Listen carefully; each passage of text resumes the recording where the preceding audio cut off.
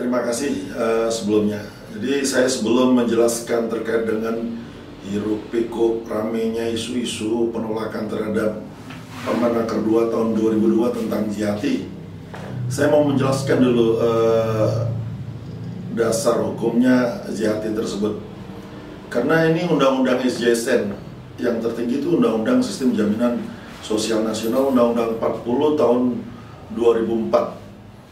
Bahwa undang-undang tersebut mengamanatkan sebenarnya di pasal 35 dan pasal 37 bahwa jaminan hari tua tersebut, jaminan hari tua itu diperuntukkan manfaatnya untuk yang pensiun pertama, lalu meninggal dunia, lalu cacat tetap. Ini undang-undang yang mengatakan ini.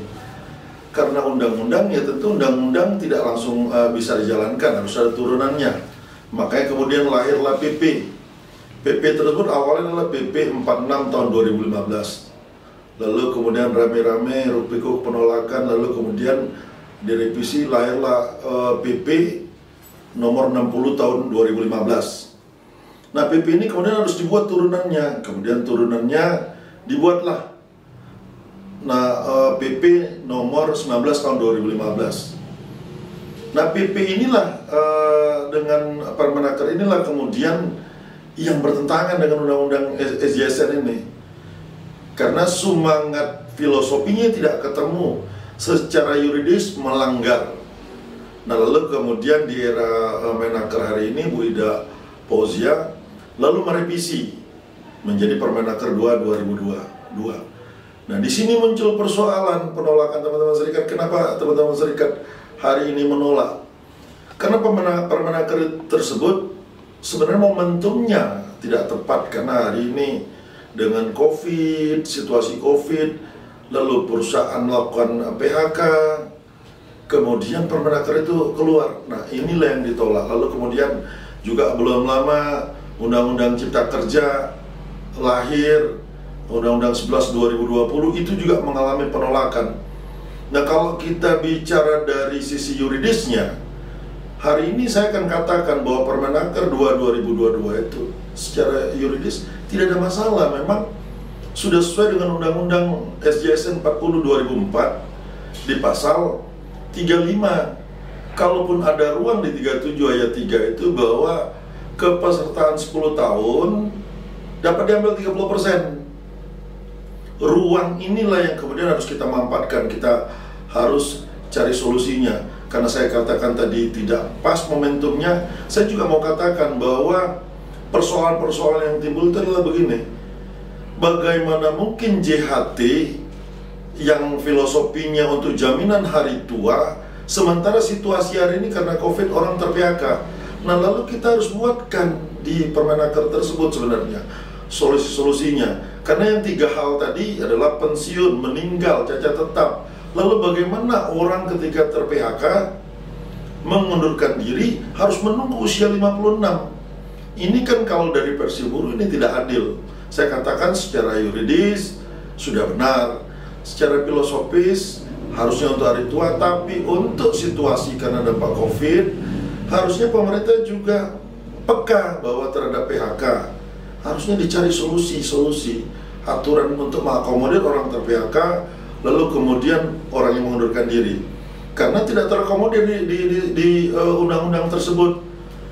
Nah, inilah yang harusnya pemerintah menurut KSBSI, menurut saya harusnya pemerintah menyiapkan ruang tersebut. Nah, kalau dihubungkan dengan misalnya Undang-Undang Ciker ini ya, memang korelasi langsung tidak ada. Tapi saya mau coba elaborasi misalnya Undang-Undang 11 2020 tentang Cipta Kerja PP 35 terkait dengan hubungan kerja.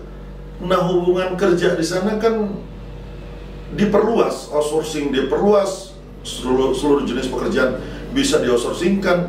Dulu 2+1 karyawan tetap, sekarang 5 tahun, besok bisa dikontrak dan seterusnya. Bagaimana mungkin orang bisa mendapatkan yang namanya pensiun, sementara untuk pensiun usia 56 orang akan diputus hubungan kerja. Jadi saya akan katakan begini, Cipta Kerja kontradiktif dengan Undang-Undang 40 tahun 2004 terkait dengan hubungan kerja. Jadi kecil kemungkinan orang akan mendapatkan pensiun yang dikatakan usia 56, dan setiap tahun itu bisa per 3 tahun akan ditambah 1 tahun sampai usia 58. Lalu kemudian kalau memang saya tarik, misalnya teman-teman pemerintah bilang menyatakan bahwa sudah ada JKP, jaminan kehilangan pekerjaan, PP 37 sesuai dengan Undang-Undang Ciker. Apakah sudah pasti? Memang katanya ada dana 6 triliun dari pemerintah.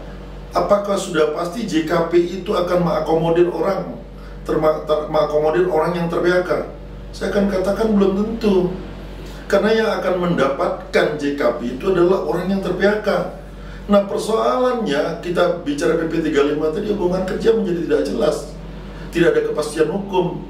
Jadi JKP itu akan sulit didapatkan oleh buruh, karena yang akan mendapatkan orang diri nggak mungkin dapat. Yang ter-PHK itu perusahaan kecil kemungkinan akan melakukan PHK. Kalaupun mendapatkan misalnya 3 bulan pertama 45%, 3 bulan kedua 25%, ini kecil kemungkinan buruh akan mendapatkan jaminan kehilangan pekerjaan. Jadi dipastikan dulu jalan atau tidak.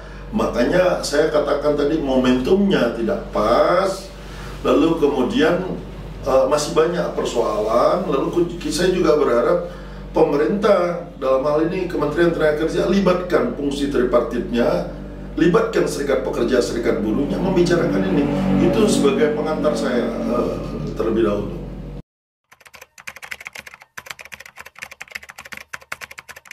Ini kan soal sensitivitas pemerintah sebenarnya.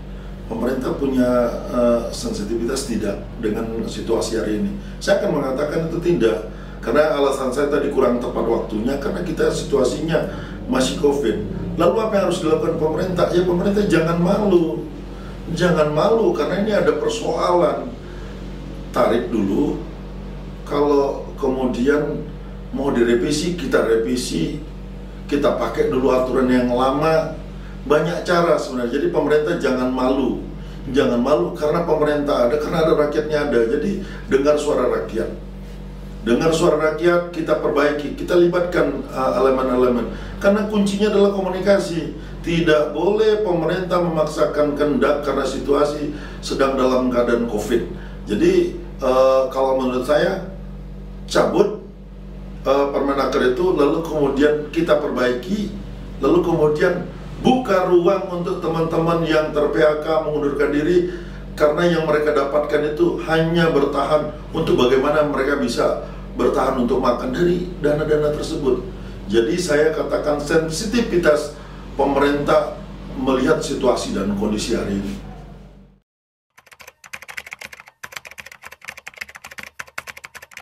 Betul, itu kita berharap dicabut. Boleh kita perbaiki, libatkan unsur serikat.